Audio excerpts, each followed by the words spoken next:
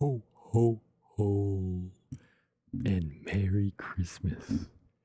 Today we are going to be telling a wonderful Christmas story, that of Yakub, the creator of the white race. Check me out, I got my Jesus strip on.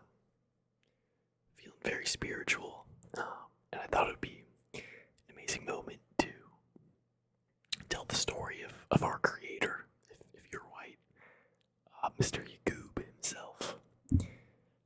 Now, this is a tale that has many different versions.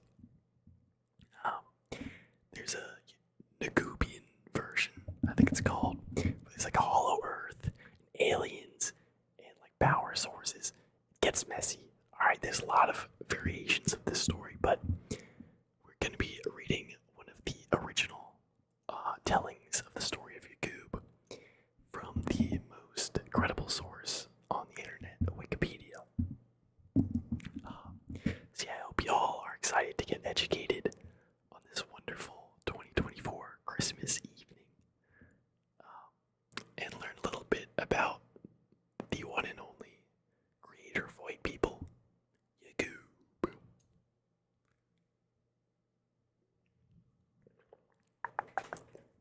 Alright, let's get started, shall we? According to the story, at the start of human history, a variety of types of black people inhabited the moon.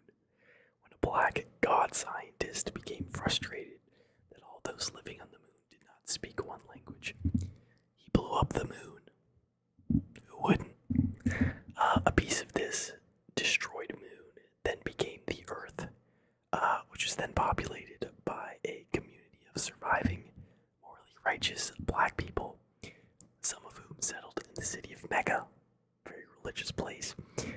Yakub was born a short distance outside the city and was among the third of original black people who were discontented with life in this society. He wasn't fucking with it. A member of the Meccan branch of the tribe of Shabazz. This is important. Yakub acquired the nickname Big Head because of his unusually large head and arrogance. Now, there's a bit of debate online as to whether Yakub had 2 or 3 heads. I'm a true believer that he had 3. I mean, that cranium is too large to just be 2 brains, so. And Yakub is a very smart guy, as you'll soon find out, so. According to my belief, he had 3 heads, but it's a disputed claim. Some say he had 2 brains. At the age of 6, Yakub discovered the law of attraction and repulsion just from playing with magnets made of steel. He made the connection to the rules of human attraction. The unlike people, right, opposites would attract, manipulate the original and manipulate the original like people. By the age of 18, he had finished his education. Bro's done. And had learned everything that Mecca's universities had to teach him. He basically just fucking learned everything. Like, he was like, finished all the textbooks. I'm a genius. My name's Yakub and I got 3 heads. So armed with this knowledge, he became a well-known and successful scientist. He then discovered that the original black man contained both a black germ and a brown germ, with the brown one being the recessive gene. And he believed that if he could separate them through a technique called grafting,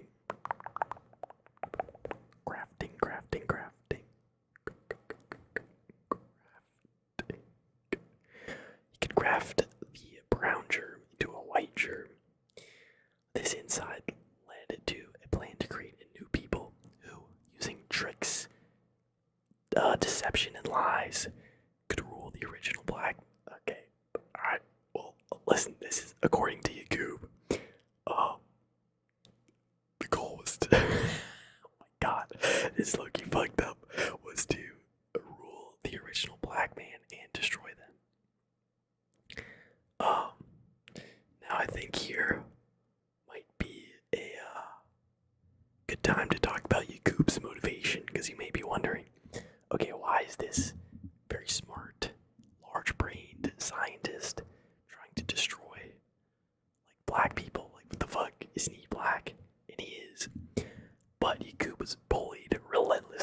at school and just on the street for his large head, but he was also kind of an asshole. He was a bit arrogant, so people didn't like him because of that. But it was mainly because he got bullied because he had a bunch of large, he had a huge grade. He was like KSI, um, and so he got bullied, and he resented all those who bullied him. So he kind of wanted to get back at him by creating an evil race that would take over and like fuck them all up.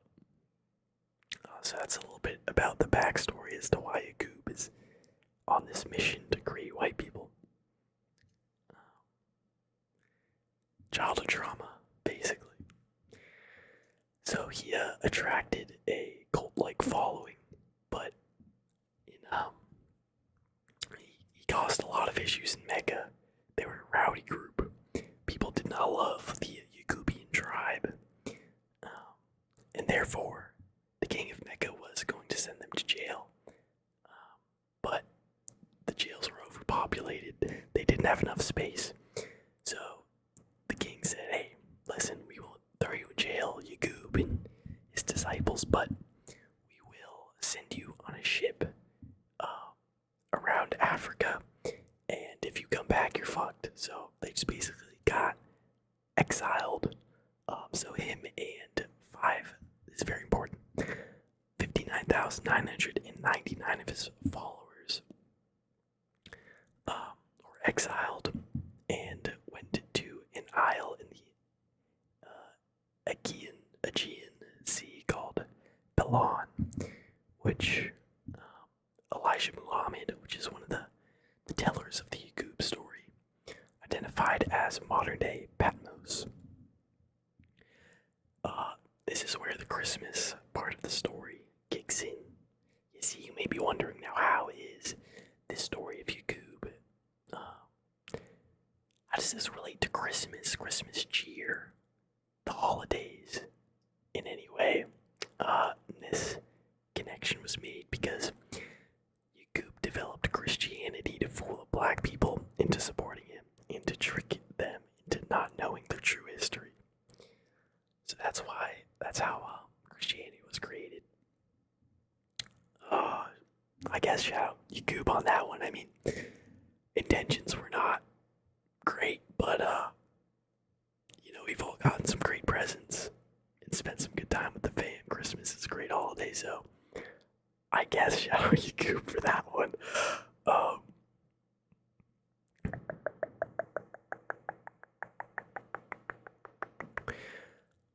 Once there in Patmos, modern day Patmos, he established a despotic regime, starting to breed out the black traits of his followers.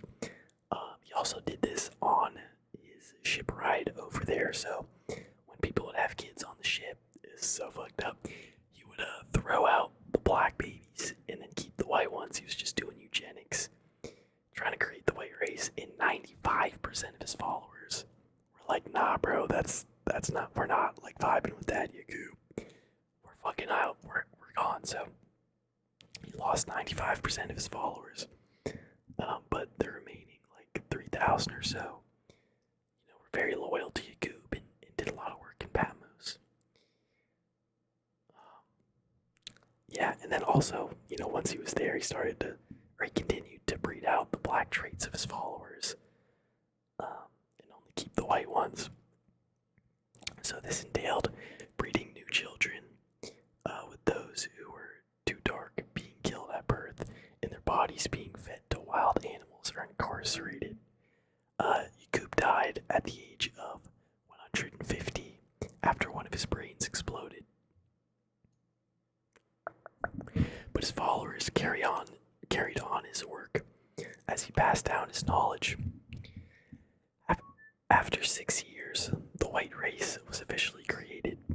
All the races other than the black race were byproducts of Yakub's work, as the red, yellow, and brown races were created during the bleaching process, with the red germ coming out of the brown, the yellow coming from the red, and I guess the yellow coming from the white as well. So not only did he create white people, he kind of created every other race that is not black. The brutal conditions of their creation determined the evil nature of the new race by lying to the black mother of the baby. This lie was born into the very nature of the white baby, and the murder for the black people was also born in them, or made by nature a liar and murderer. So essentially, these white people that Yakub were creating, they're like beasts. They were like unruly. They were growing hair everywhere. They had like no morals, and Yakub blessed them with this evil power called tricknology, which basically made these white people very good at lies, deception, and deceit.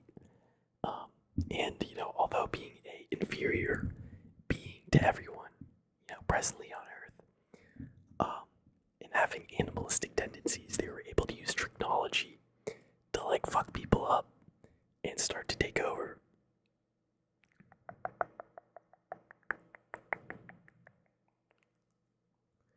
So, as a group of people distinct from the original Asiatic race, the white race are bereft of divinity.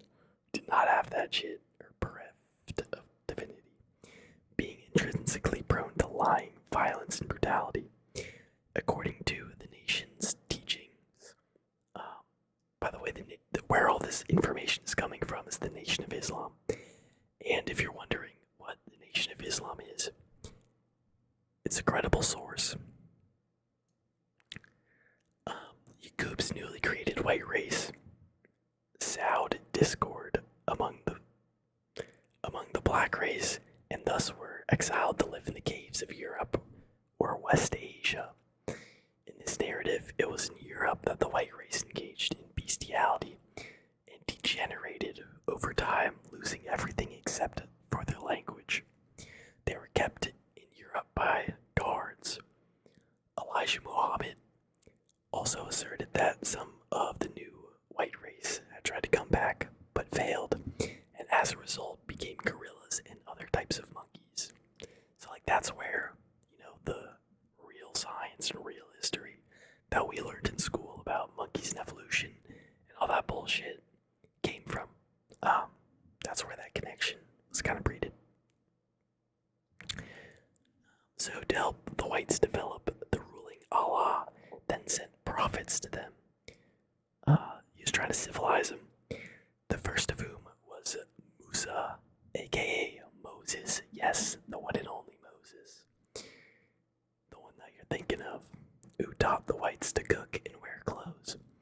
Now Moses tried to do his best to civilize them, but eventually he gave up after he realized that these white people were beasts and they weren't tameable. So he decided to blow up 300 of the most troublesome white people with dynamite. Just don't question it. Don't question it. Alright, this is true, bro. This is factual information. Moses blew up 300 white people with dynamite. Because he had to, bro. They were too far gone. They were unsavable. Now, according to the Nation of Islam, Jesus was also a prophet sent to try and civilize the white race. However, the whites had learned how to use tricknology and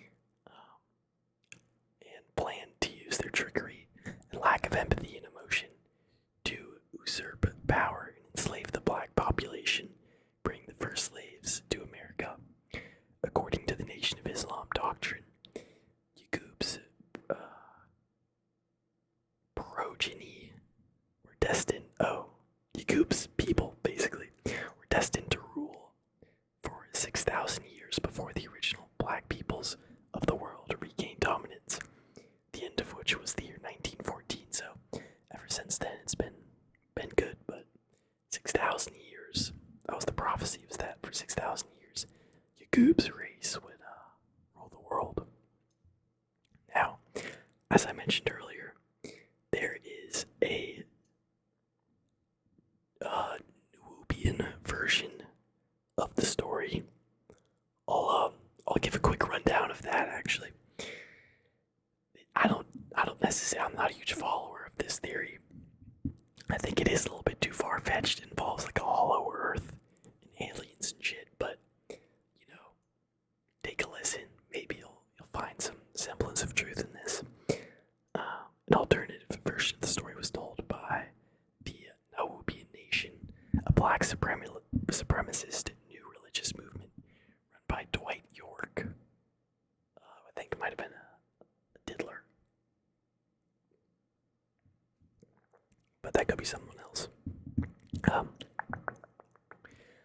This is set out in a roughly 1700 page book called The Holy Tablets. In the Nubian Delian of the Yakub myth, 17 million years before the first of many intergalactic battles, the ancestors of black people, given many names including Rizzi Queens, were gods, but subservient to the supreme god. Rizzi Queens lived in another galaxy on a planet known as Risk, which was located on the original tri-solar system, which featured a movable throne/spaceship called Nibiru. In there, telling the original protective atmosphere layer of this planet, necessary to protect from the UV rays of its three suns, had been destroyed by an evil being who was the leader of the fallen angels, Shaitan. Shaitan had been asked by the supreme god to move either off the planet entirely or to a different location on it. He refused and instead set off an atomic explosion like an H-bomb, destroying part of the atmosphere. The scientists of the planet were able to repair it with gold. Gold is a very important resource in this theory. But there wasn't enough gold on the planet, necessitating excursions into space on the Nibiru to mine gold from planet Earth, where colonies were established. The Rizziqueans did not want to mine gold, believing it was beneath their status as angels. They spliced the genes of Homo erectus with their own genomes, producing mankind to do it for them. Humans originally had various psychic abilities, but after wars and Cain and Abel,